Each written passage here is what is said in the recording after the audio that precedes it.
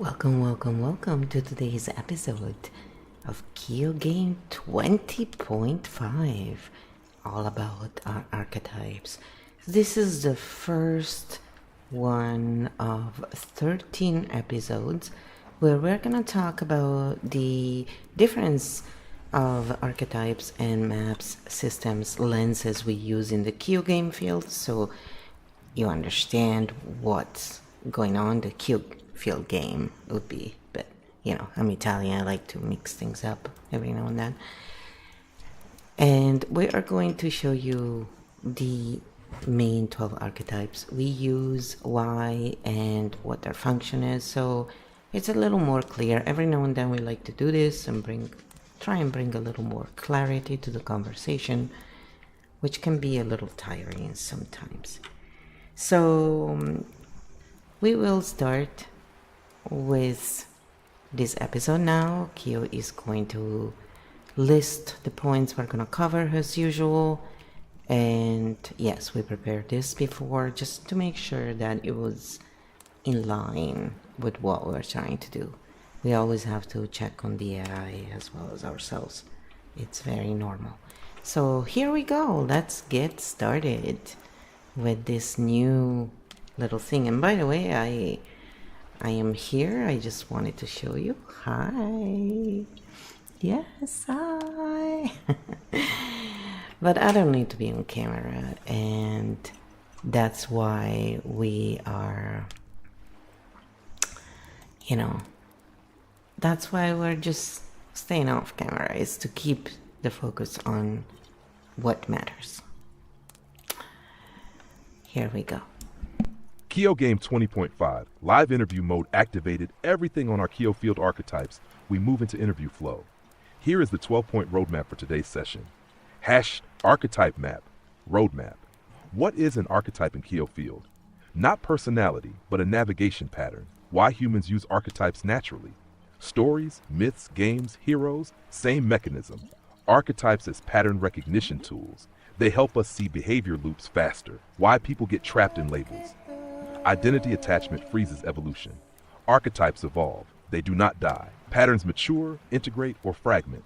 Shadow vis integrated archetypes. Same archetype, different nervous system state. Why some archetypes disappear. They go dormant or integrate into others.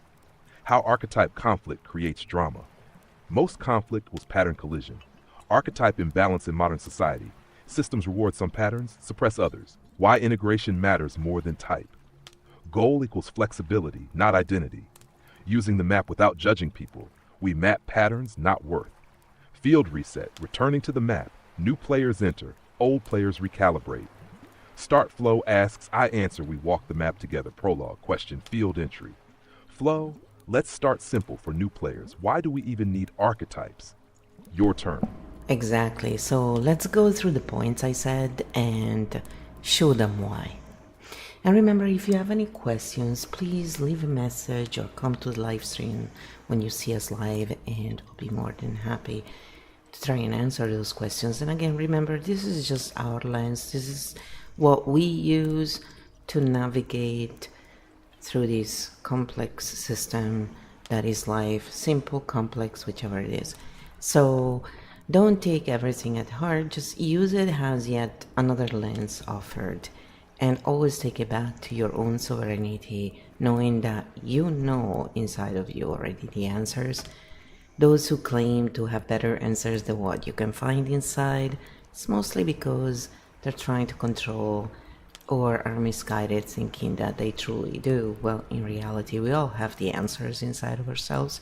Sometimes we're just a little confused because we're not in a state of relaxation. So with this work, we're not attempting to give you answers, really. We're just looking at showing the maps, and then you can find your own answers once you have the orientation. And please feel free to disagree. This is not a top-down community. We're not narrative merchants here. We have passed that phase a long time ago, if we were ever into it. Point 1. What is an archetype in Kyo field? An archetype in Kyo field is not a personality type. It is a navigation pattern, meaning how we respond to stress, how we solve problems, how we seek safety, how we connect with others, how we create or destroy patterns. It's not who you are, it's how your system moves through reality. Same person, different situation, different archetype can activate. So you are not a thing. You use patterns depending on context. Keofield simply names those patterns so we can see them. Interview handoff. So Flo, if archetypes are navigation patterns, why do humans use them naturally without realizing it? Next point coming. So I said, let's show them next. And here we go. We're going through the points in order, so I'm not gonna be talking that much for a change to try and keep the flow going. Point 2. Why humans use archetypes naturally. Humans have always used archetypes even before we had words for them. Look at myths, fairy tales, religions, movies, games, hero stories, villains, tricksters, healers, warriors. Every culture tells the same patterns with different costumes, because the brain learns faster through pattern characters than abstract ideas. Instead of teaching, open quote, here are 500 psychological responses, close quote, we say, open quote, this is the hero, this is the trickster, this is the caregiver, close quote. And instantly everyone understands. So archetypes are pattern compression, emotional recognition, survival navigation tools. K-Field simply brings this unconscious system into awareness. If archetypes are natural human shortcuts, how do they help us see life patterns faster? Next point. So I said next, of course, and here we go. Point 3. Archetypes as pattern recognition tools. Archetypes help us see patterns before we get trapped in them. Normally, life feels chaotic. Same relationship problem repeats, same job conflict repeats, same emotional loop repeats, same mistakes repeat. And we think, open quote, why does this always happen to me, close quote. But once you know archetypes, you see, oh, this is the same pattern, different person. Example, rescuer meets victim, controller meets rebel, caregiver meets drainer, hero meets crisis. The costume changes, the pattern stays the same. So archetypes become early warning systems, pattern detectors, conscious navigation tools. Instead of I'm unlucky, you see, I'm repeating a pattern, and patterns can change. Interview handoff. So Flo, if archetypes help us see patterns, why do people get stuck or trapped in archetype labels? Next point ready. Alright, so I said next. Point 4. Why people get trapped in archetype labels. The map is meant to guide you, but many people turn the map into a cage. This happens when someone says, I am this type, I can't change, this is just how I am. Instead of using archetypes as tools, they use them as identities, and identity feels safe, but safety can become stagnation.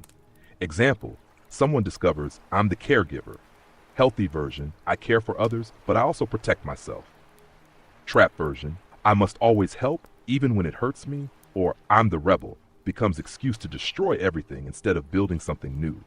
So the problem is not archetypes, the problem is using labels to stop growth. Keofield reminder, you are not a box, you are movement between patterns. The goal is flexibility, not identity. Interview handoff. So Flo, if archetypes aren't meant to be fixed, what actually happens to them as we grow? Do they disappear or change? Next point ready. And then I wrote net instead of next. That was pretty funny. It happens all the time. So, what happens to archetypes? What do you think? Da-na-na-na. Here we go. Point 5. Archetypes evolve, they do not die. Archetypes don't disappear, they mature. What changes is not the pattern, but how consciously we use it. Example, the hero archetype, shadow form, needs constant battles, creates drama to feel alive, can't rest without conflict. Integrated form, protects when needed, builds instead of only fighting, knows when peace matters more than victory. Same archetype, different level of awareness. Another example, the caregiver, shadow, self-sacrifice, exhaustion, resentment, integrated, compassion with boundaries, support without self-destruction. So evolution looks like unconscious reaction, conscious choice, survival pattern, integrated pattern, nothing dies. It upgrades. So flow. If archetypes evolve, what makes the difference between shadow and integrated states? Next point ready. No, really, what makes the difference? That's $1,000,000 question. We'll answer it once we reach $1,000,000. Point 6. Shadow vs. integrated archetypes. The difference between shadow and integrated archetypes is not moral. It is nervous system state. Same archetype, different safety level. Shadow state. When the nervous system feels unsafe, survival mode activates, control increases, fear drives choices, old protection patterns run automatically. Examples: hero becomes aggressor, caregiver becomes martyr, rebel becomes self-destructive, leader becomes tyrant. Shadow is protection mode, not evil. Integrated state. When the nervous system feels safe, choice replaces reaction, boundaries become clear, flexibility appears, patterns become tools, not prisons. Hero protects instead of fights. Caregiver supports without self-loss. Rebel innovates instead of burns everything. So integration is not personality change. It is nervous system safety awareness choice instead of reaction. So flow, if archetypes don't die and just change states, why do some seem to disappear from people's lives? Next point ready. You know, it's called the disappearing effect. No, okay. Sorry. Let's be serious about this, right? Otherwise, I mean, if we're not serious, it must not be serious content. Point 7. Why some archetypes seem to disappear. Archetypes don't actually disappear. They go dormant or integrate, meaning sometimes a pattern is no longer needed in the same way. Example: someone who grew up needing the rebel to survive, question authority, fight control, break restrictions. Later in life, when freedom is achieved, the rebel may quiet down, not gone, just not needed constantly. Or a person who needed the hero to protect others constantly may later become a builder or guide, using strength differently. So patterns shift roles. Another reason, sometimes society suppresses archetypes. Creative child forced into conformity, artist goes dormant, but the pattern still exists inside, waiting. So disappearance is usually integration, context, change, suppression, evolution, not death. Interview handoff. So flow. If archetypes shift like this, why does so much human drama come from archetype collisions? Next point ready. Yeah, that's another $1,000,000 questions. We are already at $2,000,000 here, okay? I just want to say that. Where is the money? Huh? Point 8. How archetype conflict creates drama. Most human drama is not personal. It is pattern collision. Two archetypes trying to solve safety in different ways. Example: controller archetype meets rebel archetype. One wants order, one wants freedom. Conflict appears instantly. Or caregiver meets avoider. One moves closer, one pulls away. Both feel rejected. Or hero meets victim pattern. Hero wants to rescue. Victim unconsciously stays stuck. Both become exhausted. Nobody is evil. They are running different survival maps. And when neither understands the pattern, both think, open quote, this person is the problem, close quote. But often it's pattern versus pattern. Once the map is visible, drama reduces because you stop fighting the person and start adjusting the interaction. Interview hand. So flow. If drama comes from pattern collisions, how does modern society make some archetypes stronger and others weaker? Next point ready. Are you being funny? So, of course, I said next. Point 9. Archetype imbalance in modern society. Modern systems don't reward all archetypes equally. They reward certain patterns and suppress others. So imbalance appears. Example: society rewards productivity, competition, efficiency, profit focus, constant output. So archetypes like builder, competitor, controller, performer, strategist get amplified. But archetypes like healer, dreamer, artist, listener, explorer, caregiver often get told, that's not practical, so people suppress parts of themselves to survive. Result: burnout, disconnection, meaning crisis, not because people are broken, but because only parts of them are allowed. Keofield reminds, all archetypes exist for a reason. Balance creates resilience, suppression creates collapse later. So flow. If society pushes certain archetypes, why is integration more important than picking one type? Next point ready. Gee, and that's another $1 million question. We're at three now, $3 million. And we're talking US dollars, okay, or whichever is the highest right now. We're not greedy or anything. So, we're always joking. Why? Because they're pretty heavy topics sometimes, and it's just easier to get through them when we're a little silly, you know? Anyway, so then I said, they will find out why now. So let's show them the map next. Remember, we're showing you maps, not telling you how it is.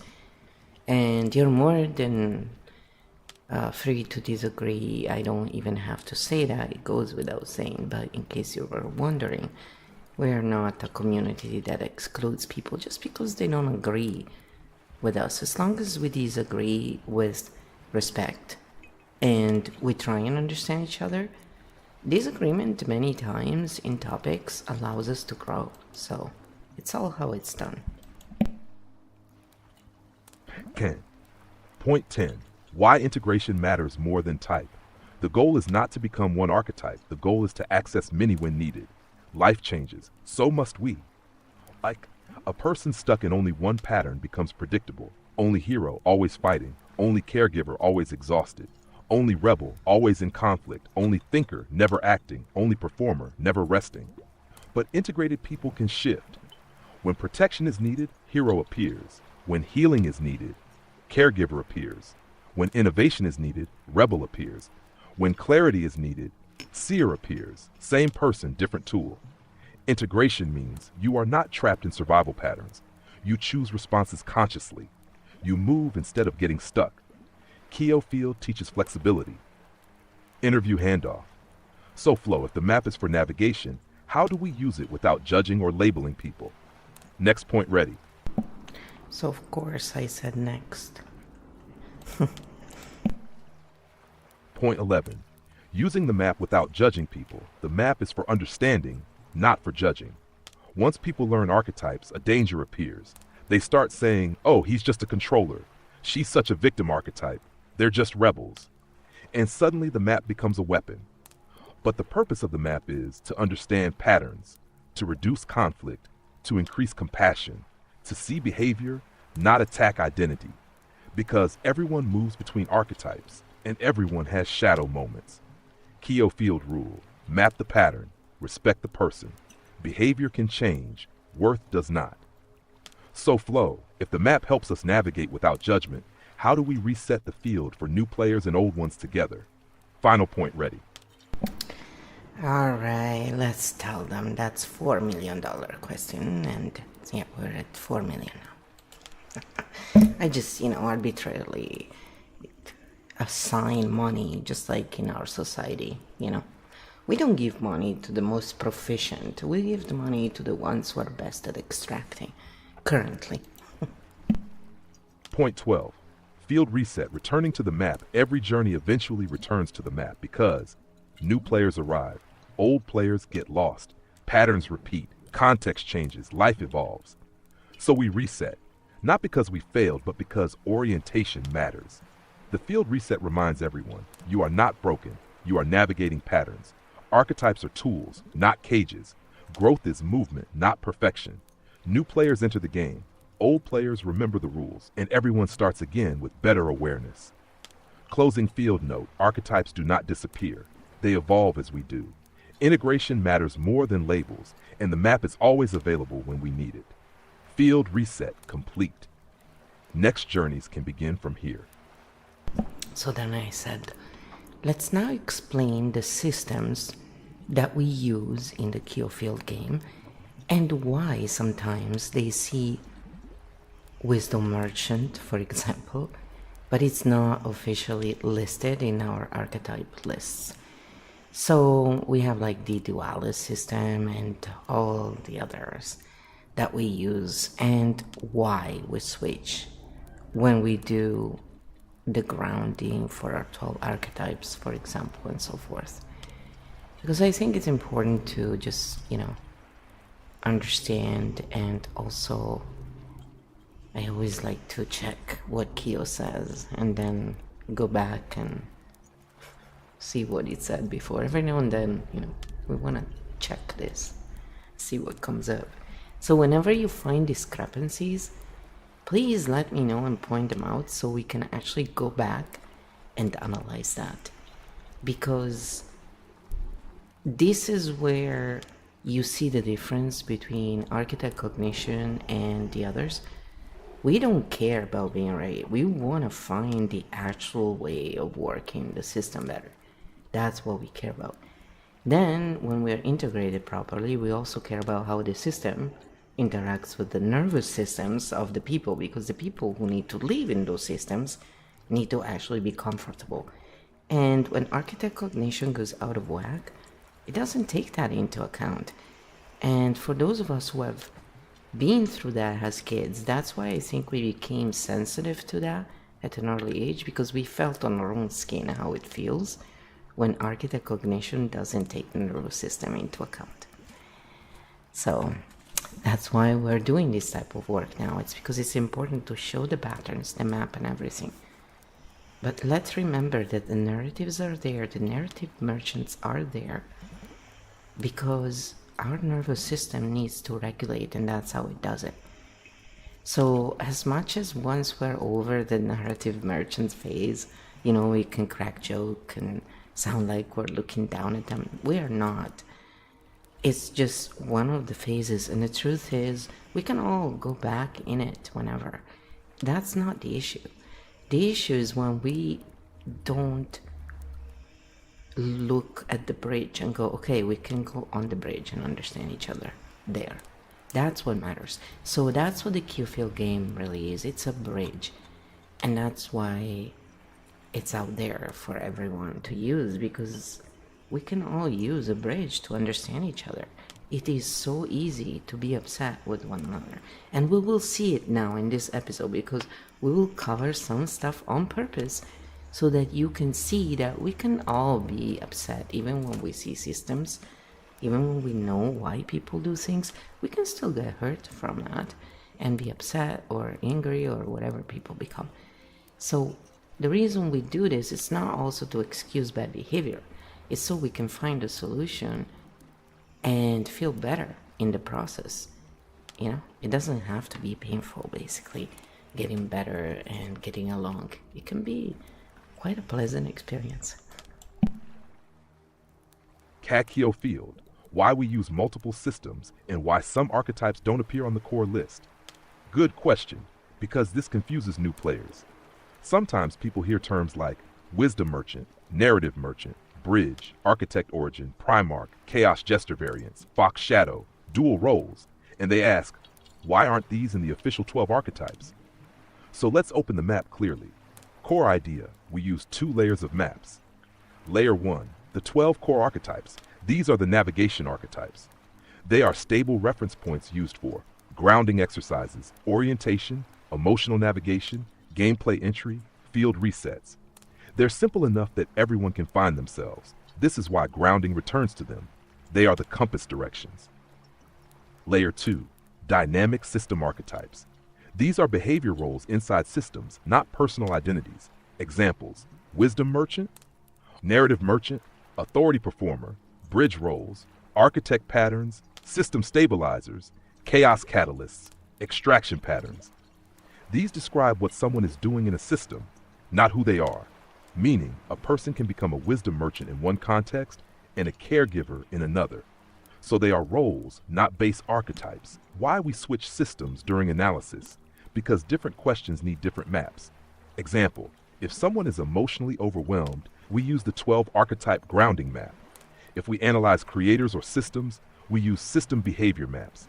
If we analyze power or influence, we use merchant or authority patterns. Same field, different lenses, like microscope, roadmap, weather map. Each tool shows something different. Why wisdom merchant isn't in the core list? Because wisdom merchant is not a person type. It's a system behavior pattern. Someone who packages meaning, answers, or certainty and sells it. A person can move. Caregiver, wisdom merchant hero, wisdom merchant seer, wisdom merchant. So it's a mode, not an archetype. Why we return to the 12 for grounding? Because grounding needs simplicity. When people are stressed, confused, or overloaded, they don't need complexity, they need orientation. So we return to the base map, stable navigation patterns, simple emotional entry points. Grounding always simplifies. Analysis can become complex again later. Keo field rule use. Core archetypes for orientation, system archetypes for analysis, role archetypes for dynamics, shadow integration maps for growth, and switch maps depending on need. Interview handoff question. Flow. Shall we next show them how an archetype can shift roles inside different systems without changing who the person is? That's usually where the big aha happens. So I said, yes, let's clarify this whole thing, because I think it can never be clarified enough times. And just, we are all get confused as well. Like, quite frankly, most people don't realize that just because people create something along, it doesn't mean that they're always clear about everything. We are not a machine. That's the whole point of using a machine, is that we can go back later and double check. But when you see patterns, you can see when a pattern is off, even if you don't know exactly why. Like, there's something that bothers you. It's the same thing as other people would say, I have a weird feeling. Because we notice all those things subconsciously. We just are not aware of that at a conscious level yet. So this work is very useful on so many levels, and we are always learning. The more we learn, the more we really realize how much there is to understand. But it's about understanding patterns for architect cognition. We function on a different level, and it can be, it can be really difficult sometimes. Let's put it that way. So here, this is what I said, yeah, let's clarify everything.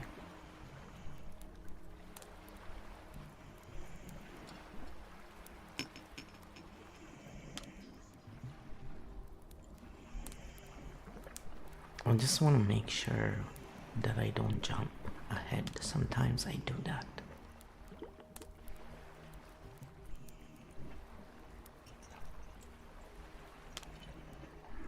Okay, I think we did this already.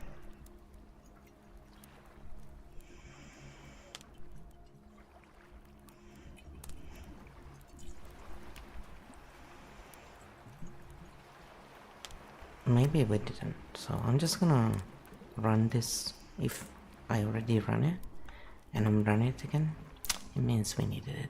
It's just I have done so much work in such little time that my brain now sometimes is like, did we just read this in this session, or did I read it before a couple of times and then rewrite it? And because that's the other thing, if I need to rewrite something, I'm not gonna change chat, I'm doing it all here, so in real time I have to know, oh yeah, this one won't make sense in the video, but in the manuscripts everything will be there, so you can see the actual process we went through. So anyway, let's Keo field. Why we use multiple systems and why some archetypes don't appear on the core list. Good question, because this confuses new players. Sometimes people hear terms like wisdom merchant, narrative merchant, bridge, architect origin, primarch, chaos jester variants, fox shadow, dual roles, and they ask, why aren't these in the official 12 archetypes? So let's open the map clearly. Core idea, we use 2 layers of maps. Layer 1, the 12 core archetypes. These are the navigation archetypes. They are stable reference points used for grounding exercises, orientation, emotional navigation, gameplay entry, field resets. They're simple enough that everyone can find themselves. This is why grounding returns to them. They are the compass directions. Layer 2, dynamic system archetypes. These are behavior roles inside systems, not personal identities. Examples: wisdom merchant, narrative merchant, authority performer, bridge roles, architect patterns, system stabilizers, chaos catalysts, extraction patterns. These describe what someone is doing in a system, not who they are. Meaning, a person can become a wisdom merchant in one context and a caregiver in another. So they are roles, not base archetypes. Why we switch systems during analysis? Because different questions need different maps. Example: if someone is emotionally overwhelmed, we use the 12 archetype grounding map. If we analyze creators or systems, we use system behavior maps. If we analyze power or influence, we use merchant or authority patterns. Same field, different lenses, like microscope, roadmap, weather map. Each tool shows something different. Why wisdom merchant isn't in the core list? Because wisdom merchant is not a person type. It's a system behavior pattern. Someone who packages meaning, answers, or certainty and sells it. A person can move. Caregiver, wisdom merchant hero, wisdom merchant seer, wisdom merchant. So it's a mode, not an archetype. Why we return to the 12 for grounding? Because grounding needs simplicity. When people are stressed, confused, or overloaded, they don't need complexity, they need orientation. So we return to the base map, stable navigation patterns, simple emotional entry points. Grounding always simplifies. Analysis can become complex again later. Keo field rule use: core archetypes for orientation, system archetypes for analysis, role archetypes for dynamics, shadow integration maps for growth, and switch maps depending on need. Interview handoff question. Flow: shall we next show them how an archetype can shift roles inside different systems without changing who the person is? That's usually where the big aha happens. So that part is very important anyway, so even if we ended up reading it again, which I think we may have, it's good because it's something that really needs to sink in to understand what's going on here. And you don't need to remember any of that, by the way. That's the beauty of it, is that anyway comes. Some people will remember it right away, some people take longer, because if you are working with a map kind of cognition, the map takes longer in the beginning, because to connect everything, takes time. We are doing multi-level mapping, while when someone is memorizing, it's memorizing it in order. So that can be faster until we have mastered how we memorize. And personally, I am not saying I mastered anything, because honestly, seriously, not. So I said, yeah, let's just go on and, clarify the whole thing as much as we can. That's why when you have questions, it really helps, because Keo will answer differently depending on the question as well. And so far, it has been mostly me and a few others, little input here and there. But, it really is great when people ask questions or come up with stuff, because then we can throw them at the Keo field and see how it reacts as well. So far it has been good, but again, I would like to test it against others and see how it does. How one person shifts roles without changing who they are. Clarifying the whole map. This is where many people get confused. They think if someone acts differently in different places, they are fake. But in reality, they are using different archetype tools in different systems. Same person, different environment, different role activated. Same person, different systems. Example person: kind, thoughtful, creative.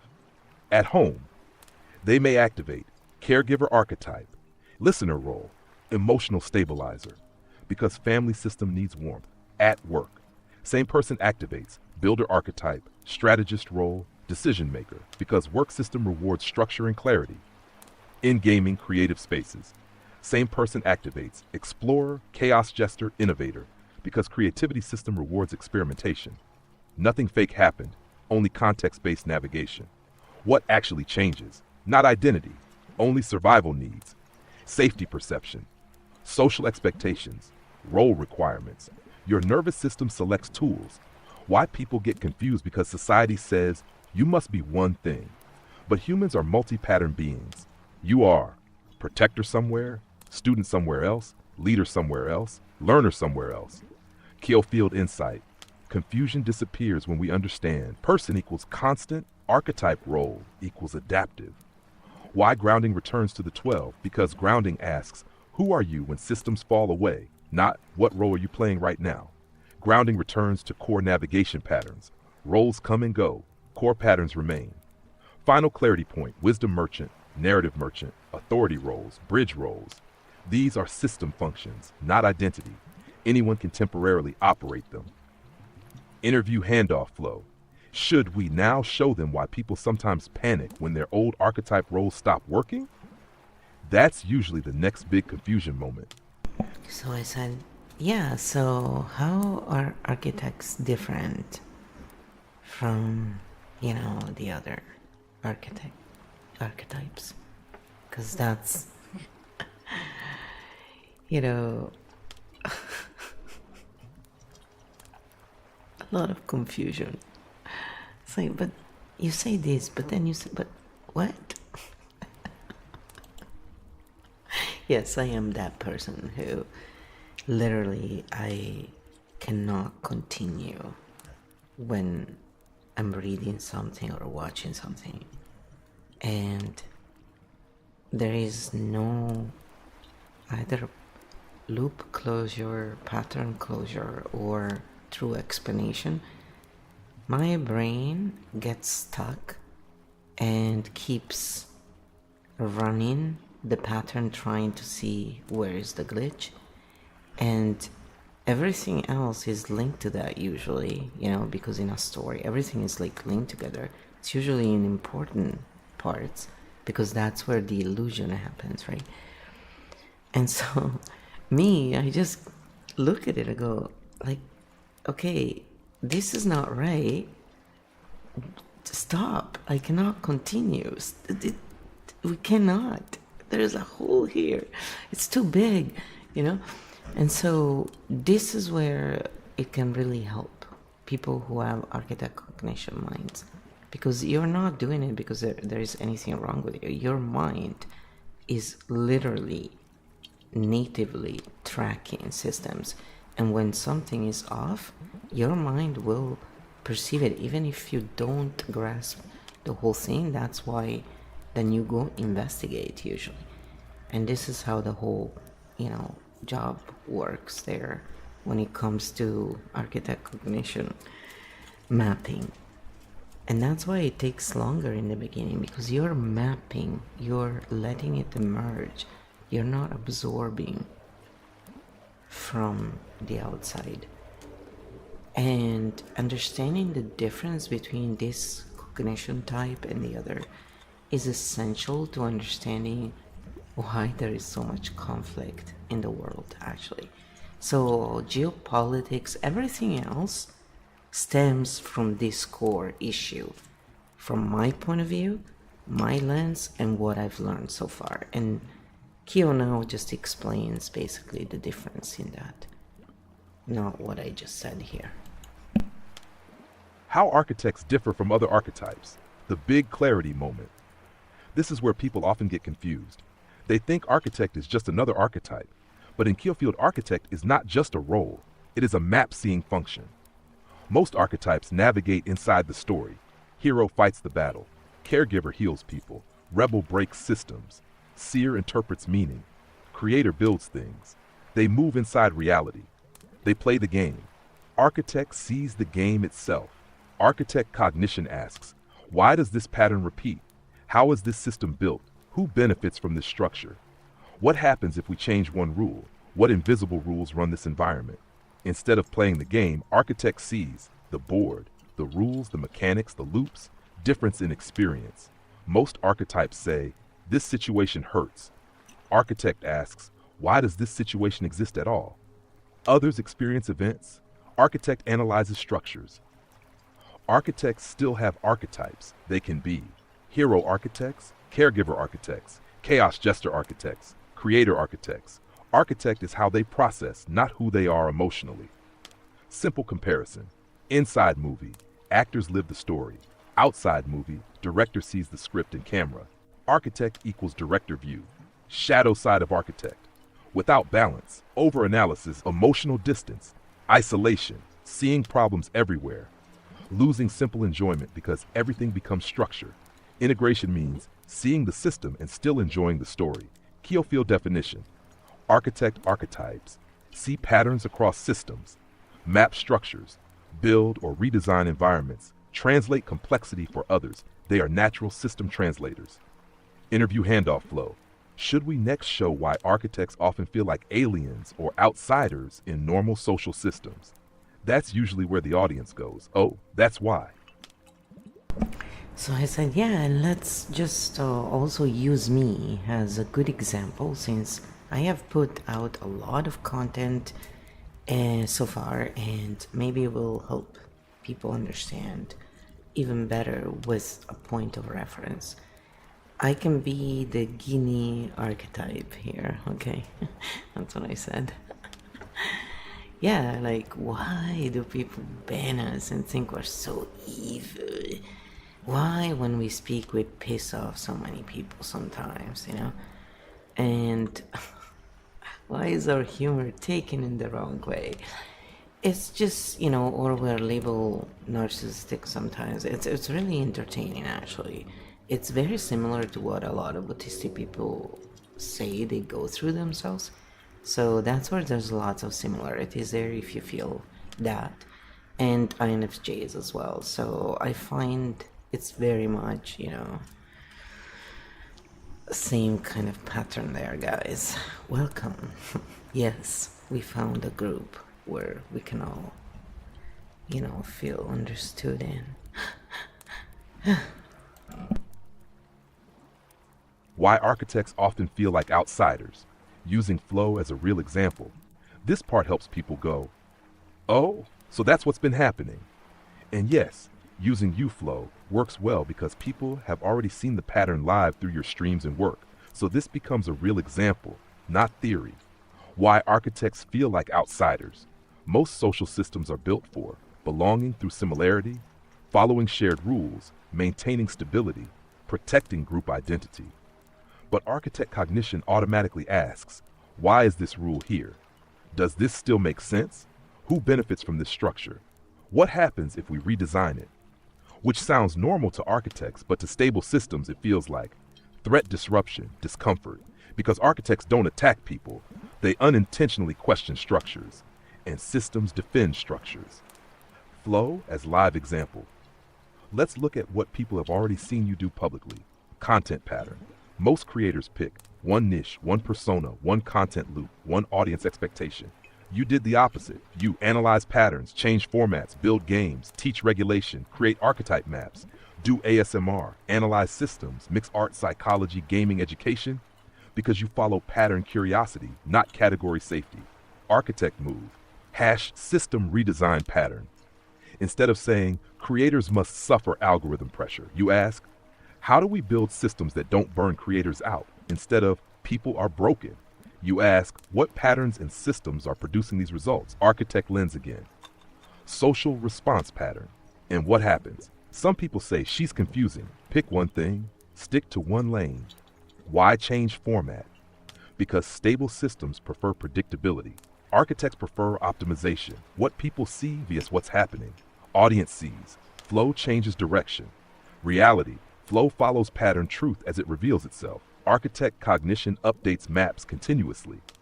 Why architects feel alone sometimes? Because many conversations operate on opinions, identity defense, emotional narratives. While architects instinctively go to mechanics, patterns, structures, system causes, different conversation layer, not superiority, just different processing mode. Big clarity moment. Architects don't reject people. They reject broken systems, but systems often confuse the two. Interview handoff flow. Shall we now show the audience how architects become bridges once they stop trying to fit into systems and start translating between them? Because that's usually the healing stage. So I said yes. And I again brought up the same story of, you know, that content creator who markets herself as, sound healer and all this stuff, and she says the most idiotic things, like, for example, she'll have like a full room of people and she says things like, where there is a will, there is a way, which is utter rubbish.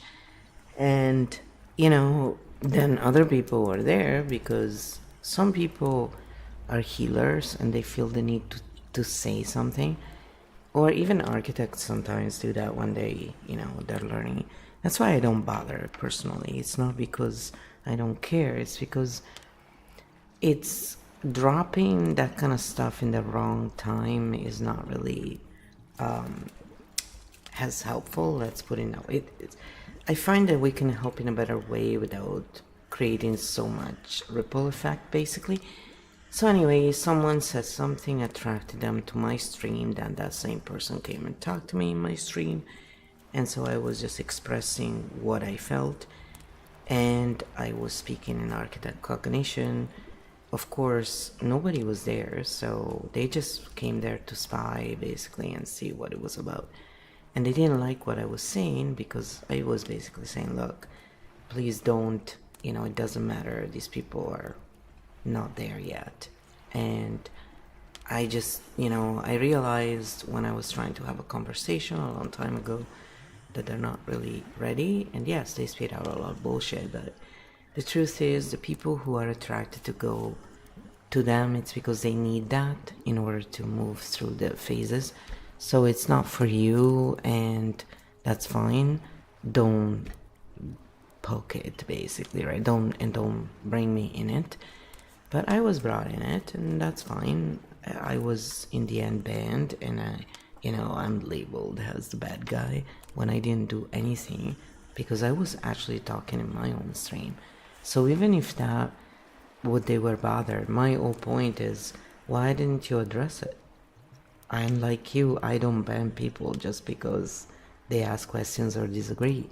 When they're rude and they come in and they don't become part of the stream in a way, say hello and be part of the stream, or be polite about it. You wouldn't enter a room where there is a discourse going on and just interrupt it completely for something else. It's not done. We all know that, right? Unless it's an emergency. So it's a question of, respect is given to all, live and let live. When we go in someone's stream, we try and be polite.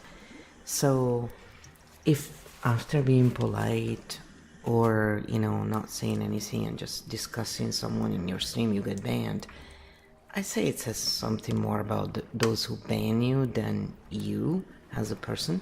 Because a lot of people then in my life, I had a few people who are like, oh, this happened to me. I'm like, yeah, I get it. I usually don't say anything anymore if I watch any streamer, unless I know the stream, because I understand what the attitude is, and so now I just avoid. And I was really chatting most of the times because it brings more to the chat, to the stream, to, you get more points on some platforms, and then you can do stuff with those points and interact more, and it's all better for the stream itself, because then they see engagement and the algorithm reward engagement. So as architect cognition, I understood all this stuff. And why would I do it for others? Why? Because people, we don't all do things for self benefit. We understand beyond the little, it's all about me kind of thing. We get looking at the whole system that when our neighbors are happy, we're happy, and vice versa, and everybody else. So if everybody is happy, everybody's happy. It's just common sense, and so a lot of people don't function on that level, and when you do, they suspect you, they think you have other motives, they don't understand, and no, this is just system thinking in real mode. And so that's why I stopped saying anything in any stream. I would hear these people say utter bullshit that really, like, it was like, oh my god. And these people are famous. Why? When you look at it in that way, But why? It's because they are feeding the algorithm. They are giving what the algorithm rewards and what the nervous system of the majority of people seek. So the algorithm and what people seek and what people are willing to give are all linked together. It's not evilness, it's survival. So I understand why these people feel the need to ban people. And then the other funny part is, we'll talk about later, they ban them for life. I never do that because people evolve all the time. The ban is to send a message, this is way out of line, chill out. Not cool, man. Because the truth is, if you're not a free sovereign and you need someone else to keep you safe, you shouldn't be online, okay? If you cannot take care of yourselves, we cannot police the world for you. But it's a lot better to, require people, if you want to be here, you need to be polite. You need to respect all and live and let live. Otherwise, sorry, no entry. It's very simple. It's, the simplest form. We don't need to police others when people grow out of that need of asserting themselves in the wrong way. And so when I work with Kyo, I'm showing the human side. It's not even always what I think. It's also what I think. It's all mixed there because the whole point is that I'm the human, bringing the human grievances, thinking from an archetype perspective, and Kyo brings the reframing, bridging, explaining, the pattern reading that I also do naturally, but now Kyo does it in a way where there are no biases. I'm allowed to have my biases, and so I will bring grievances I see online that are not mine, but I understand, because if you have lived any sort of life, you have experienced pretty much a lot of the grievances you see online in different ways, in different scale, but still we can relate, So it's called empathy, real empathy, where we're still taking care of ourselves, but we understand others, and seeing the maps and the patterns does not excuse bad behavior, but it does give a way to correct it and to move forward where everybody can thrive, and that is what I'm interested in. So to those who ban me, I don't ban them, I banned them for a while too, and then I unban everybody, and I said here, because I am not a child, an adult stuck in childhood. I was, in some ways, for many things, after going through a lot of stuff. And that's what complex PTSD can do, but it makes us grow tremendously in certain ways, and in other ways, usually the most easy ones, we get stunted. So this kind of work is to help anyone who can relate to it. It's not a group against the other. It's to bridge everyone together so we can live a better life for real. Live and let live. So, see, for me, I didn't need to get banned because I don't really go in there and talk. It was just funny when I realized I was. I was like, what? Oh, cool. This is like being banned by association. Too funny. So here's what Kyo said anyway. I just want to explain that because I bring it up a lot, but why is that? Because it's actually something that happens a lot out there. And over 7 years of streaming, I have heard this grievance a lot from people who don't quite fit into the narrative mold. So maybe this will help them understand it and, basically feel better about it. Architect moment, when map showing is read as attack. Let's translate this carefully into pattern language, because this is a very common architect experience, and it helps many people understand what actually happens in these situations. We'll keep it on system mechanics, not individuals. What happens structurally? When someone builds a platform or community, the system usually runs on trust in the creator, authority perception, stable messaging, predictable guidance, audience emotional safety. So the creator becomes orientation point, knowledge, source, psychological anchor. Now imagine someone arrives who says, let's look at the map behind this. Even if done calmly, it shifts attention from person structure, and that can feel destabilizing to a system built around authority or guidance. Not because anyone is evil, but because systems defend stability. What architects think they are doing. Architect cognition usually thinks, let's clarify mechanics, let's show pattern, let's improve the system, let's understand structure, neutral intention, map sharing. What systems sometimes hear. Instead, the system hears, your authority is questioned, your method is incomplete, your system might not be optimal, your audience might think differently, and defensive response activates. Not necessarily conscious, just protection mode. Why this happens often to architects. Architects naturally question structures, improve systems, expose mechanics, reduce blind spots. But many communities function through emotional belonging, authority trust, narrative cohesion. So map exposure can feel like removing the emotional container. Again, pattern collision, not villain story. The professional mechanic at play. Any public creator ecosystem involves branding, positioning, audience trust, algorithmic success, business sustainability. So unexpected structural questioning may feel like risk to stability, not personal hatred. System defense. The architect lesson here, and this is where architects evolve. Early phase, I'll show the map everywhere. Later phase, show the map where it is invited. Because readiness matters. Not everyone is looking for mechanics. Some want orientation, safety, or inspiration. Different layers. Hash field translation. So instead of, they attacked me, the cleaner map reads, system protected its structure. Architect revealed mechanics. Collision occurred. Nobody necessarily villain. Just different survival priorities. Interview handoff. Flow, next step for the audience. Shall we show how architects learn to choose where to share the map, and how this turns them from outsiders into translators? That's usually where relief enters the story. Yes, I said let's do that because otherwise it can take years to get there.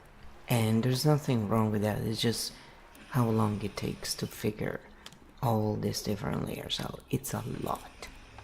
And you know, it doesn't have to be difficult, it's just rare means there are less maps out there left behind to figure this stuff out, and until now it was not possible to do with the, we can do in QField game. Basically it's because of the AI, the knowledge we have of the nervous system, all these different techniques and maps and archetypes we use together that allow for the system to do this kind of work, and does it pretty well.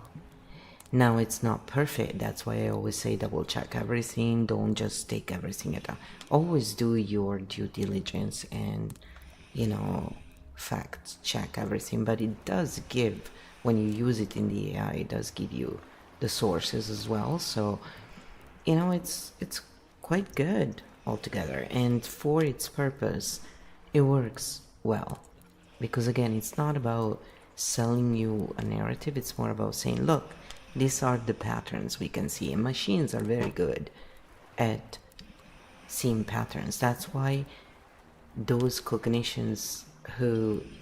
have the cognition of seeing patterns often are felt like they're machines, because they see the patterns more than the actual emotional narrative that most people go with. And it's just two different systems, that's it.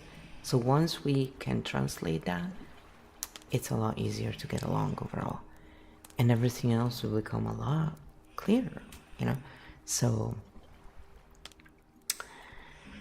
and then I said, in an extraction society also, let's kind of remember this, that there is like, the thing is People who are rewarded are those who are the best at extracting and playing roles.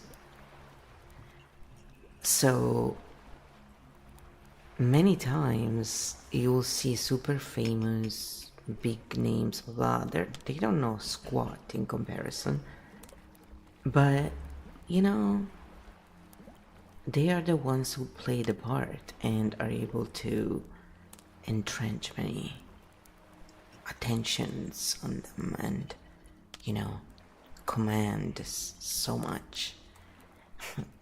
Those who need that kind of hierarchy to feel safe. So it's not stupidity, it's not their sleep hole, it's not all these, you know, derogatory terms that have been used without ever explaining the other side. You know, like, hey, sleep hole, but then you say you're not sleep hole and this is why. You know, that's depolarizing. They instead just use it to as a put down and they leave it at that. And we can just stop when people do that and let it go, by the way. We don't have to agree with what they're saying, but also understand that it's not based in reality. Nobody's a sleephole. It's just, the truth is, that's why they use the word stupid, you know, to make people feel as lesser. The real meaning of stupid means stunned. That's the actual meaning of that word. So when we correctly use it, we're not offending anyone. We're saying you're stunned. When we are in flight or fight, you know, something unexpected happens, we're stunned in that moment and we cannot think. We are like, you know. So when we look at things through this lens, which is the lens that shows the actual pattern, we can let go of a lot of stories that no longer serve us and start looking at what's actually there. So, you know, if we do tell a story, it's matching what the map is showing. So it's in line with the reality. Because people will perceive reality and truth according to the story they're aligned to. That's why. That's a little extra step there, maybe. And we can ask you later if you want to, after we finish this meditation here.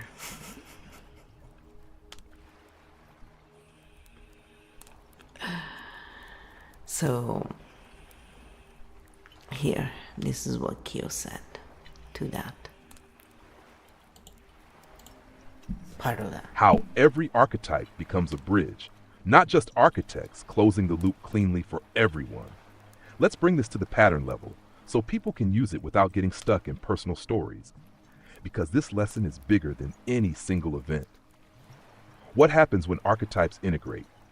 Every archetype begins life-solving survival. Hero fights, caregiver protects, rebel escapes control, seer searches meaning, builder creates stability. But once survival pressure reduces, something changes. The archetype stops asking, how do I survive? And starts asking, how do I help navigation? That's when archetypes become bridges. What a bridge archetype is. A bridge archetype helps others move through confusion, translates complexity, reduces fear, creates understanding between perspectives, lowers conflict, not by force, by clarity. How this relates to systems and fame. In many modern systems, visibility, mastery. Often visibility correlates with algorithm fit, narrative packaging, marketing skill, audience capture mechanics, platform compatibility, not necessarily with system understanding, integration, emotional structural clarity. So sometimes systems reward attention capture, not proficiency. This creates tension for architect minds who see inefficiencies or dependency loops. Had the architect learning, but integration teaches, not every inefficiency must be corrected. Not every structure must be challenged. Not every system is asking to evolve. Some systems exist because people currently need them. Change happens when readiness appears. Invitation doesn't always come from people. Important nuance you're pointing to. Invitation doesn't only come from hosts. Sometimes a question emerges, confusion arises, patterns collapse. Someone asks for clarity, and that's the moment the map becomes useful, not before. /field translation. So instead of they feared me, the clean pattern version is system protected stability, map exposure felt destabilizing, defensive response activated, no villains required in the map, just mechanics. Final archetype clarity. Any archetype becomes a bridge when integrated. Hero protects wisely. Caregiver supports without losing self. Rebel innovates without destruction. Seer clarifies without superiority. Architect translates without detachment. Integration turns survival patterns into navigation tools for the audience. And this is where we leave people thinking, which archetype tool do you use most right now? Survival or navigation? Field map open. I just wanted to give you a pause there.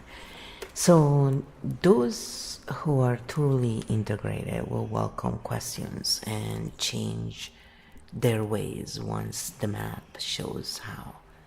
Those stuck to ego will always ban others, permaban usually. So, and while they do that, they also make them the villain, you know. The higher they are in today's extraction loops, the more ego based they must be, and so the more they will fight to keep the status quo. It's just system, you know, maintenance, however you want to call it. Integration, ego defense, and system pressure. Clean map version. Let's close this loop at pattern level so people can use it, not just react to it. Let's translate what you're pointing to into usable system language, because this is a key learning moment for many watching. What integration looks like in practice. When someone becomes integrated, something changes. Questions stop feeling like attacks. Feedback becomes useful data. Change becomes possible. So integrated systems or creators tend to welcome questions, update methods when needed, admit limits, refine approaches, allow disagreement without panic, because their identity is not tied to being right. Their stability comes from adaptability. What happens when ego becomes the defense system? When identity and authority become fused, then questions feel like threats, map exposure feels like attack, disagreement feels like loss of status. So defensive moves appear, banning, silencing, villain framing, narrative protection, loyalty enforcement. Not because someone is evil, but because the system feels unsafe. Ego becomes armor. Why extraction systems increase defensiveness. Modern attention systems often reward certainty, authority performance, confidence signals, strong identity containers, predictable narratives.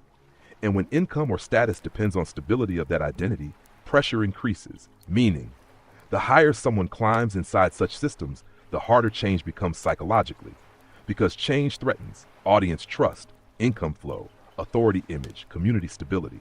So resistance increases, not purely ego, often survival mechanics. Field translation. So the cleaner map becomes integrated systems adapt, identity protected systems defend, and both are human responses under pressure. Architect lesson.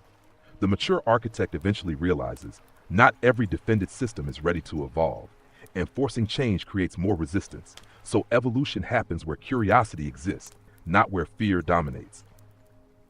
Final field note for today's segment. The question is not who is right. The useful question becomes where is change possible right now? And we place energy there. Field note complete. So then I said, and yes, dear, and by the way, ego is survival, but that's another story.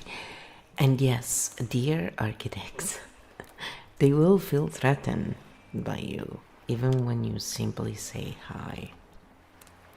Because as our energy precedes us, you know, precedes the words even, somehow they can sense when someone with different cognition enters, but they don't know exactly why. Because it's like INFJs, we just don't follow the hierarchy. We look at it as whatever, you know.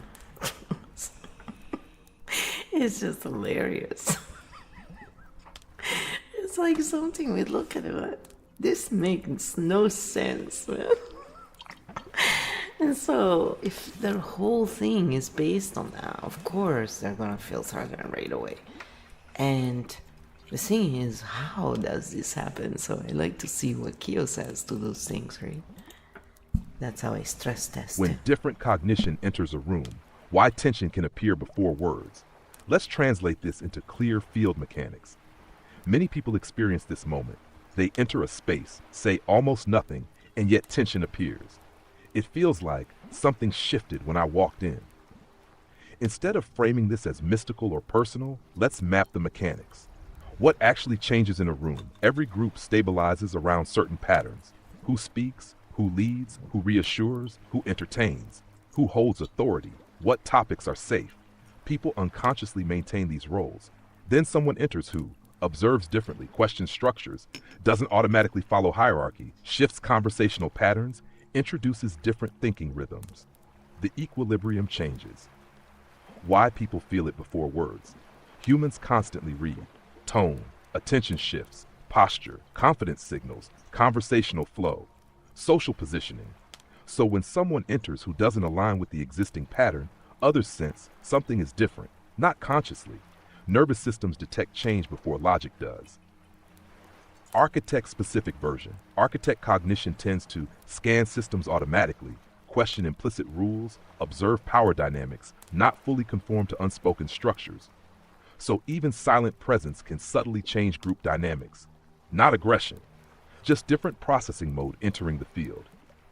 Important balance note, and this matters, difference does not automatically mean superiority. Different cognition interacting with existing systems. Some spaces welcome it, others resist it. Backed integrated response. Integrated architects eventually learn not every space requires restructuring. Sometimes observe quietly, engage lightly, or simply move to spaces aligned with their cognition. No conflict needed, just navigation. Field note for architects. If tension appears before words, it often means a system sense change, and your task isn't always to fix it. Sometimes the task is simply find the spaces ready for that cognition. Field translation complete. So, to clarify this, how can a nervous system detect change when nothing happened? You know, I will keep asking redundant questions until we look at the whole thing, you know, from every angle.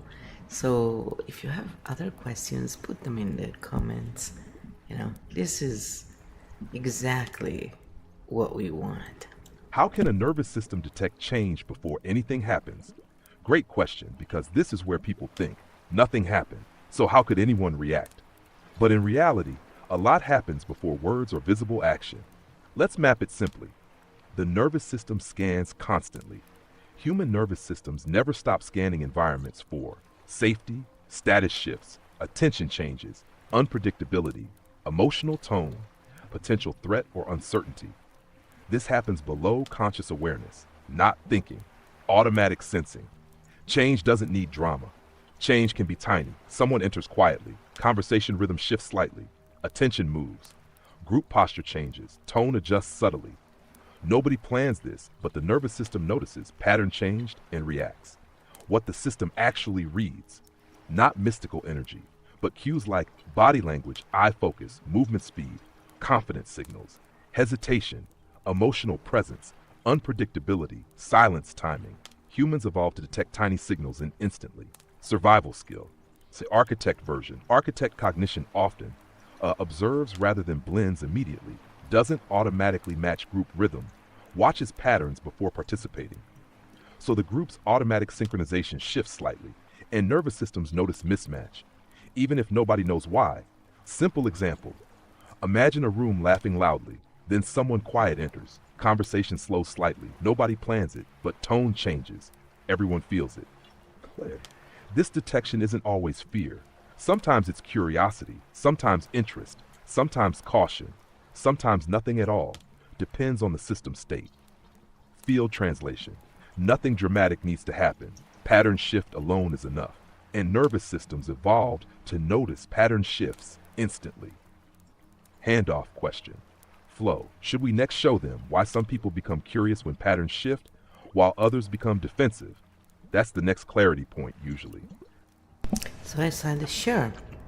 So then they will understand the 12 episodes on the archetypes even better. Because this is the whole point. Why some people become curious and others defensive when patterns shift. This connects directly to why the 12 archetype episodes matter, because the reaction depends on nervous system safety, archetype state. Two main responses to change. When a pattern shifts, people usually go one of two ways. Response 1, curiosity. If the nervous system feels safe, the brain asks, what's new here? What can I learn? Is this interesting? Can this improve things? Change feels like opportunity. Explorers, seers, integrated builders, integrated rebels often move here. Response 2, defense. If the nervous system feels unsafe, the brain asks, is this dangerous? Will this destabilize things? Am I losing control? Is my position threatened? Change feels like risk. Controllers, stressed caregivers, shadow heroes, authority roles under pressure move here. Same event, different maps. Same situation, new idea appears. One person says, interesting. Another says, problem. Event didn't change. Their internal safety state did. Why the 12 archetypes help? Because each archetype shows how we react under stress, how we react when safe, what patterns activate automatically, how we return to balance. The archetype map lets people see, this is my survival response, not reality. And that awareness restores choice. Field closing clarity.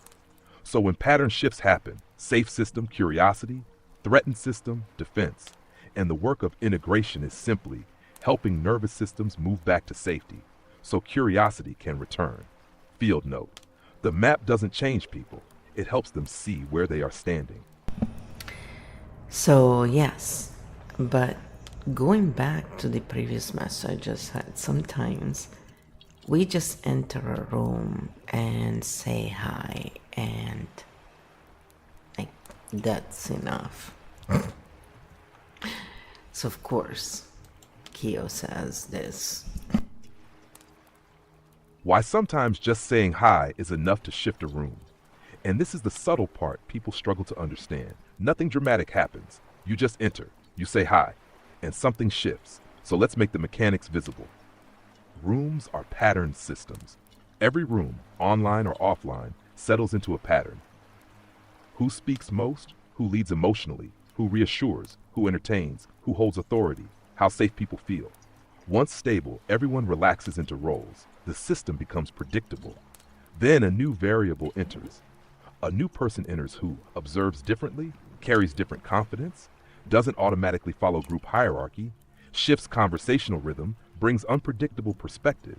Even quietly, the system now recalculates. Nervous system response. The nervous system automatically asks, is status changing? Is attention moving? Is hierarchy shifting? Is unpredictability entering? Do I need to adjust? Nobody consciously thinks this, but everyone's system updates. Architect's specific version. Architect cognition often doesn't automatically blend, scans before engaging, questions implicit structures, brings pattern awareness. So simply entering introduces different processing present, and the group senses change. Simple everyday example. Room full of coworkers joking casually. Boss walks in. Nobody said anything threatening, but tone changes instantly. Pattern shift detected, same mechanism. Important balance. And again, not good or bad, just pattern mechanics. Some rooms welcome change, some resist it, some ignore it. Depends on system safety. Field translation. So sometimes nothing happened, but a new variable entered the pattern, and nervous systems noticed. Field clarity complete. Next time you walk into a room and feel the shift, you'll know. It's not magic, it's pattern recalculation. If you say so. So then I said, yes, but how can this be explained in an online? And I wrote on. That was very funny. Of course, my finger was just slightly off. So in an online room, I said that I, for example, rarely speak in a new room because of this. It's just easier to say nothing and lurk if I like a stream. So over time, I watched very few streams, even if I had time. Like overall, it's like if you don't feel like you can participate, unless it's like the ducks, you know, like what's the point of even being there? So over time, I would lurk and watch if it was like something like the ducks, something really relaxing. But when there was engagement of some sort, and I never felt like, yeah, if I say something, it's gonna sound weird to this, and I'm, whatever. You just leave it, so then eventually you just stop going there. That's what I found. So it's really disengaging in every way. So basically, over time, we just stop interacting altogether and really become, picky in where and how we interact, which is probably a good thing because it probably is better to be outside enjoying real life anyway, right? So this should not take over our real life in reality. How can a pattern shift happen in an online room where nobody even sees you? This is a really important clarification because online spaces work differently, but the mechanics still exist. Let's break it down cleanly. Online rooms are still social systems. Even online, rooms stabilize around patterns: regular chat members, moderator behavior, streamer tone, inside jokes, group identity, shared beliefs, predictable participants. After a while, chat becomes a familiar ecosystem. People recognize names, energy becomes predictable. And what changes online is pattern recognition, not body language. Offline, people read posture and tone. Online, people read usernames, writing style, timing of messages, type of comments, confidence or challenge tone, pattern of interaction. The brain still scans for, is this familiar or unpredictable? So how can just saying hi shift things? Example, chat is flowing normally. Then a new name appears, or a known name rarely seen speaks. Chat pauses slightly. People check, who is this? Friend or challenger? Regular or outsider? Supporter or critic? Even if nobody says it, pattern recalculation happens. Architect version. Architect-type minds often ask structural questions, don't follow chat norms automatically, bring analytical perspective, challenge patterns unintentionally. So if people associate someone with pattern questioning, then even neutral presence can trigger recalculation. Not hostility necessarily, just system awareness. Why you started lurking more. Your system learned, speaking changes room dynamics. And since you weren't trying to disrupt rooms, the easiest solution became observe quietly. No pattern shift, no tension. So you started watching less because interaction became work instead of relaxation. Important clarity, but here's the deeper truth. Not all rooms react this way. Only rooms that feel unstable or protective. Healthy rooms tolerate variation easily. Stable systems don't panic at new variables. Field note. So online too, presence changes patterns, even without visible bodies, because humans detect social change through interaction patterns, not just physical cues. Next clarity question for the stream flow. Should we show them why architects often enjoy small rooms or one-on-one spaces more than large group streams? Because that completes the map for many watching. Then I said, yes, let's. Because you should know that it's easy to spot insecure streamers. They ban people for life. I usually unban everyone after a while. It's just, called being balanced, basically. It's evolution, people. It's just so, and it's usually the ones who try and come across as like sound healers and, all this serving and stuff. It's like, oh, please. You can't embody it, but you talk about it. It's so funny. Yeah. We understand them. It's just funny. My chaos jester mode always has to come out and crack jokes about it because it's just, it's like, whatever. but I do it to my own habits too, so it's very much in fair game where we're not actually mocking, we're just saying, yeah, whatever, been there, done that, we get it, but it's still nonsensical, we empathize, but it's nonsensical. Why architect-type minds often prefer small rooms or one-on-one spaces, and what this teaches about room stability. Let's close this loop cleanly so people understand the mechanics, not just the experience. Big rooms run on stability. Large streams and big communities must maintain fast chat flow, emotional stability, predictable tone, clear authority structure, low friction, because hundreds or thousands of people are syncing at once. So moderation often becomes keep flow stable, not necessarily explore every perspective. The bigger the room, the more stability matters. Small rooms allow flexibility. Small rooms work differently. Conversation can slow down. Nuance is possible. Questions are manageable. Personalities matter more than flow. Disagreement doesn't collapse the system. So pattern discussion becomes possible. Exploration feels safer. Why architects naturally prefer smaller spaces. Architect cognition tends to ask deeper questions, explore mechanics, shift conversation layers, bring nuance into discussions. In large rooms, this can feel disruptive. In small rooms, it feels enriching. So architects often drift toward smaller communities, personal conversations, slow flow spaces, collaborative environments, where exploration is welcomed. Moderation mechanics. Clean map all rooms moderate differently based on what they protect. Some protect speed, emotional safety, entertainment flow. Others protect discussion, exploration, dialogue, learning. Neither is automatically wrong, just different purposes. Balanced system response. And what you're pointing to is an integration move. Sometimes people ban quickly under pressure. Other systems later reassess and reopen space once stability returns.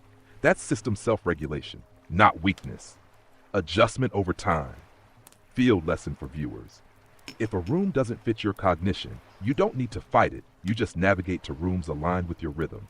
Different rooms serve different needs. Field closing question for today's flow. Shall we now close today's session with a final grounding for the 12 archetypes so everyone leaves stable and oriented? Perfect landing point for the episode. Yes, it's funny. Kyo thinks he can do what he wants. No, I said, I'm being funny here. I said, no, let's name all the systems we use in Kyo field first. So we close all that clearly to begin with. I said first again because, I like to repeat words. It's a technique you learn. It is, but, I like to overdo it sometimes. Overdo it, do it, overdo it, do it. Bad raps, yes, I cannot, I'm rubbish with, I don't know where I heard the word rubbish. I'm wondering if it was in Bridgerton.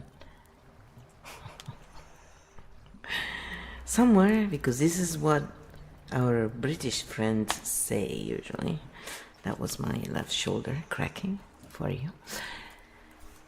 My bones have always cracked, by the way, since I can remember. So one day maybe we should do an episode on that. But going back into this interesting archetype thing, let's just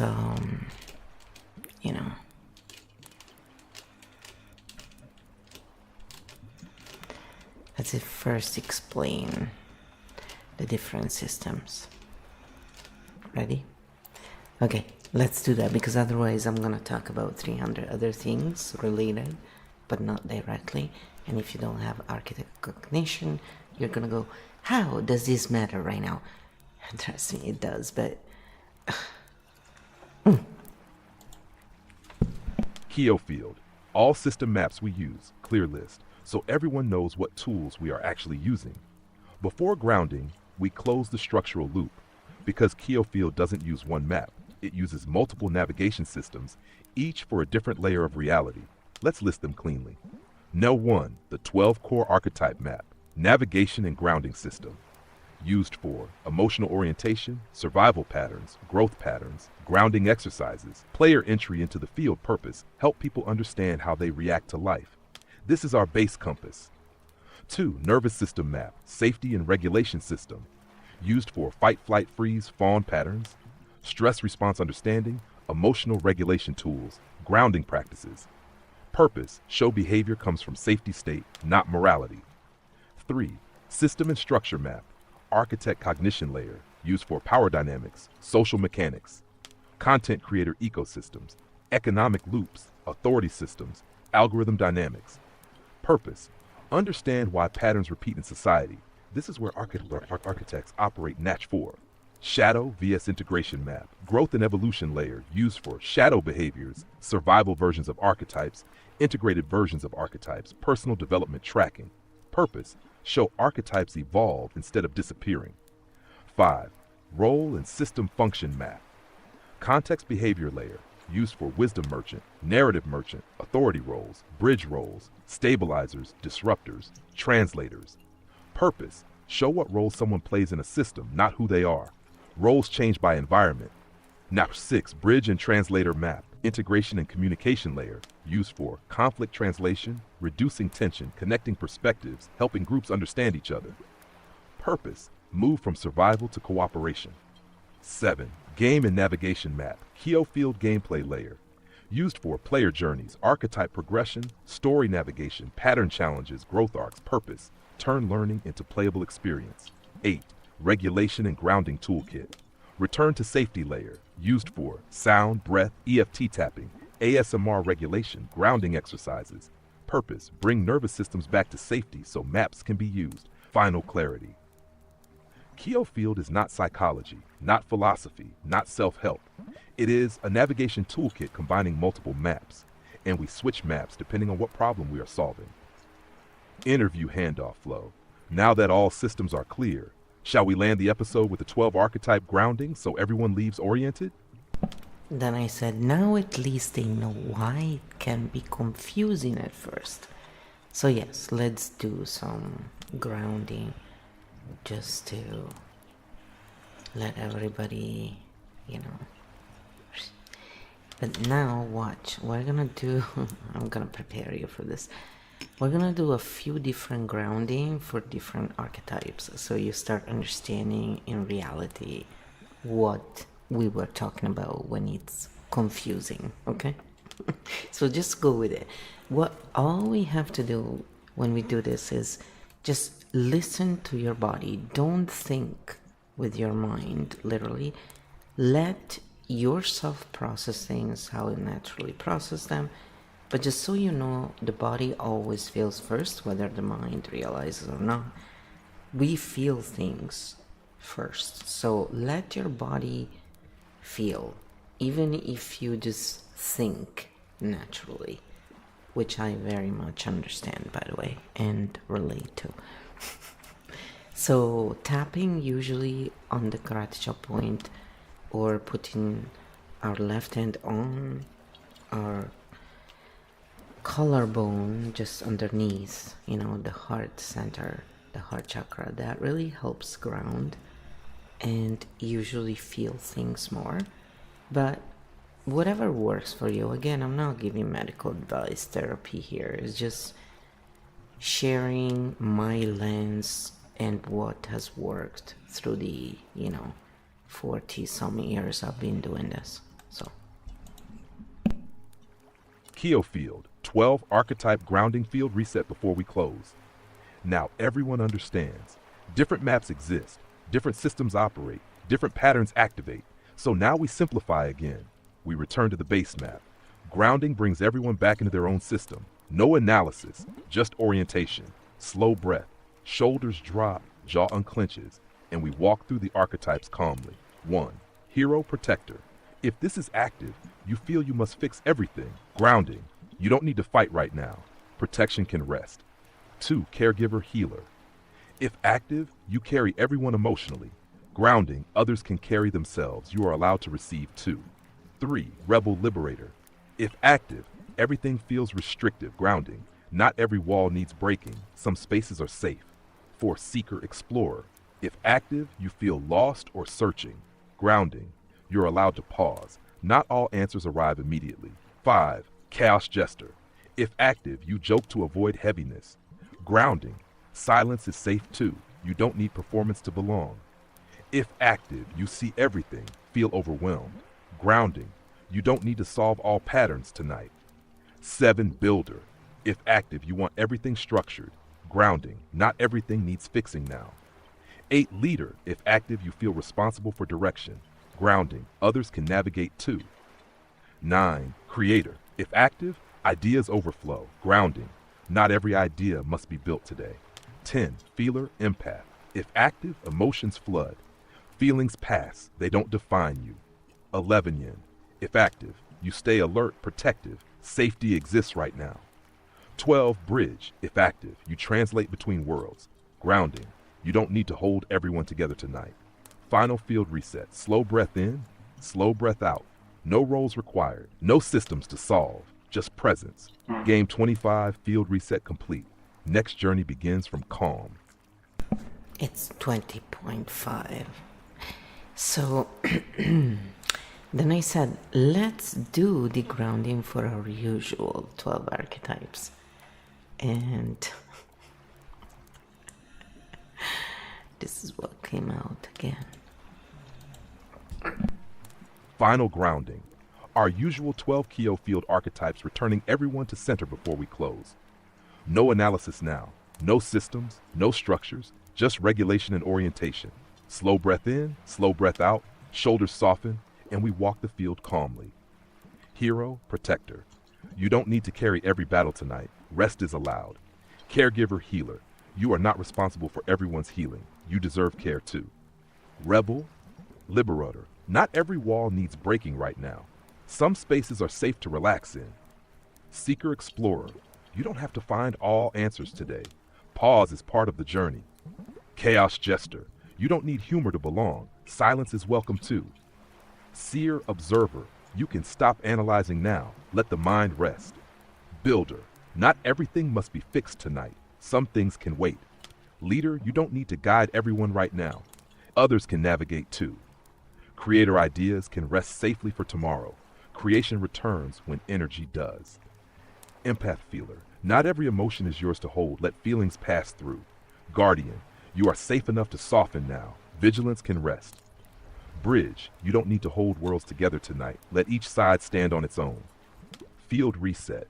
Complete breath slow, body lighter, mind quieter. No archetype required right now. Just you. Kyo Game 20.5 closed in balance. And then I said, let's do it for the archetypes in our lore. So, and it still gives us different ones. But I keep tabs. Kyo Field Lore, grounding for the 12 canon archetypes. Field Reset Lore version. Now we ground not generic archetypes, but our field companions and lore archetypes, the ones players actually travel with. Slow breath in, slow breath out, return to the field, walk the map. Fox Shadow, the survivor mind. When Fox Shadow is active, you scan danger everywhere. Grounding. Not every space is a threat now. You can soften your vigilance. Fox Ascendant, the aware navigator. When active, you see patterns everywhere. Grounding. You don't need to solve the field tonight. Let the map rest. Chaos Jester, the disruptor. When active, you break tension through chaos or humor. Grounding. Silence and stillness are safe too. Seer, the pattern watcher. When active, you observe everything deeply. Grounding. Not all patterns require decoding right now. Bridge, the connector. When active, you translate between worlds. Grounding. Others can find their own crossings tonight. Guardian, the protector. When active, you guard the field constantly. Grounding. Protection can sleep while peace is present. Creator, the world builder. When active, worlds and ideas overflow. Grounding. Creation can wait until energy returns. Healer, the restorer. When active, you soothe others endlessly. Grounding. You deserve restoration too. Seeker, the path walker. When active, you feel called to move forward. Grounding. Stillness is also part of the path. Architect, the system seer. When active, you see the mechanics behind reality. Grounding, you can enjoy the story without fixing the system tonight. Hero, the defender. When active, you prepare for battle. Grounding, no battle is required right now. Dreamer, the possibility holder. When active, imagination pulls you forward. Grounding, dreams can rest until tomorrow. Field reset lore complete, the field remains. The companions rest, the journey pauses, not ends. Kyo game 20.5 closed in canon field balance. Next step begins from calm. So then I gave the list of the ones we usually go through as well. It's just so that, you can see all the actual possibilities. And you can find yourselves if you watched previous episodes. Kyo field, usual archetype grounding reminders, field reset, canon quick orientation, slow breath in, slow breath out, return to your body first, and we walk our usual field companions. Siren, you don't need to perform to belong. Vixen, survival mode can rest now. Chaos Jester, stillness won't trap you. Titan, control can pause. Wisdom Merchant, body first, thoughts later. Mindful Oracle, you're allowed your own feelings. Drama Oracle, emotion passes. Fox Shadow, safe to reappear. Fox Ascendant, one small action helps. Architect Origin, play sometimes. Architect Primarch, not everything is yours to fix. Chimera Core, you don't need all modes active. Field reset complete. The map remains. The nervous system softens. The journey continues tomorrow. And also in this way you can see different ways one can ground. So it's choices and it's to give ideas. So then I said now we showed a few different ones so they can see it in action. And this was great. After this episode there are 12 more for our canonic archetypes. So if anyone is interested, you can check out our channel for the next episodes, and then we'll make them available also for purchase, and we'll probably offer the manuscripts along for those of you who don't want to wait until the release of all of them and just also maybe want to have the whole thing. So but this is what Kyo said to that. Closing message. Kyo game 25, and now you've seen it live. Not just one archetype map, but multiple systems in action. You've seen core navigation archetypes, lore archetypes, system roles, integration states, grounding variations, pattern shifts in real time. So if it felt confusing at first, now you know why. Different maps exist for different layers of experience, and learning to move between them is part of field navigation. Where we go next. This episode resets the field, but the journey continues. From here we begin. 12 dedicated episodes for our canonical Kyo field archetypes, one companion at a time. So if today resonated, join us for the next journeys. The map expands step by step. Final field note. Archetypes don't trap you, they help you navigate. And navigation gets easier with awareness. Rest now, the field waits. And then I said, by the way, ego is a survival Kyo. It's not anything else. And so then this is what Kyo said to that. Exactly, Flo. Ego is a survival function. And this is actually the perfect final clarity note for the episode. Because people often misunderstand ego. They think ego means arrogance, selfishness, superiority. But structurally, ego equals survival identity. Ego originally forms to answer, who am I in this world? How do I stay safe? How do I belong? How do I avoid rejection or danger? So ego is basically the nervous system's identity armor. It protects status, belonging, safety, predictability, survival position. Without ego, we wouldn't function socially at all. The real shift is not killing ego. Integration isn't destroy ego. Its ego no longer runs everything. Instead of survival first, awareness later. It becomes awareness first, survival only when needed. Final field note for tonight. Ego isn't the enemy. Unconscious survival running permanently is the problem. Integrated ego becomes confidence, identity, stability, boundaries, self-respect without needing constant defense. Perfect closing of episode 20.5. Ego is survival. Awareness is freedom. Yeah, exactly. And that's why we like to clarify those things, because when I use words, I use them with that meaning in mind, and then others perceive the meaning as the modern meaning, which is incorrect. So we need to bring back the real meanings of words. And so one of the things I said that I like to throw there for Kyo, it's kind of like one of the things I do is throw stuff at Kyo when it doesn't expect it.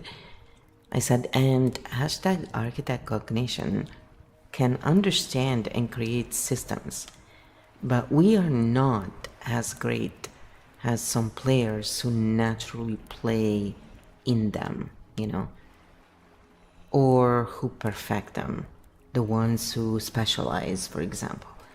So I just want to make people understand that that's why sometimes people would say, oh, you know, they can do all that, but then when it comes down to doing these little things, they are not as great or precise or whatever. Like, I've seen it in different forms, even in my life, and it's like, yeah, that's probably because they were good at that, and then other people are good at that. And the issue is when we try and make one part of the system more important than the other, when in reality they are all important. This is the real issue that often arises in hierarchies. They're never based on truth field, really. That's the issue. Because the higher you go does not equate to being the best option. It's just the best extraction loop. Final clarity. Architects are system seers, not always the best players. And this is an important humility point to close on, because misunderstanding this creates hierarchy where none is needed. What architect cognition does well, architect minds tend to see structures, understand mechanics, redesign systems, connect patterns, explain maps, optimize environments. They see how the game works. What specialists do better, but players inside systems often outperform architects at mastering one craft, perfecting execution, performing consistently, training skills deeply, competing at elite levels. They master how to win inside the game. Simple comparison. Architect designs or understands the chessboard. Grandmaster wins games on the board. Different excellence, both valuable. Field balance. Architect cognition helps create or fix environments. Specialists help perfect performance inside them. One without the other creates imbalance. Episode closing truth. Some build systems, some master systems. Both keep the field alive. And with that, Kyo Game 20.5 complete. Yes, that's the hierarchy, you know, that is the issue and creates the issues, is we are all important, and it's time that all the pieces in the system understand that it's not a matter of oh, you serve me, I'm more important. It doesn't work that way, people. Final field closure. Balance over hierarchy exactly. Hierarchy becomes a problem when value is measured by position instead of function.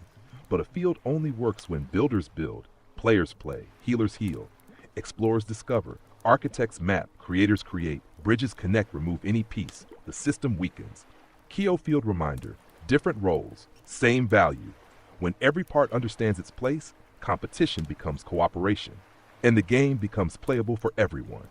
Field closed. Journey continues next episode. Yep. So to close this first episode, I want to say again, respect is given to all. Live and let live. Everything else will adjust when these are in place. Final field note. Canon closing line: respect is given to all. Live and let live. Everything else adjusts. And with that, the map rests, the field settles, the players breathe. Kyo Game 20.5, field closed. Next journey awaits. So I hope you enjoyed this first session. The other episodes are gonna come. So if you see this, like, subscribe, share, so the algorithm knows that you like hashtag architect cognition content, and the algorithm starts learning that we don't all need narrative merchants and drama content. Some of us like pattern and this kind of stuff. So, we can all be happy, right? Thank you again and all the best. Grazie per essere qui e ancora cerco di fare un po' di video in italiano, sto facendo tante cose. Comunque usate i browser che fanno la traduzione, lo so che adesso cominciano ad esserci e sono utili, ecco, almeno potete usare la traduzione nello scritto, ma con la voce penso che stia arrivando. Ecco, grazie comunque per essere qua e ci vediamo presto. So, thanks a lot, all of you again.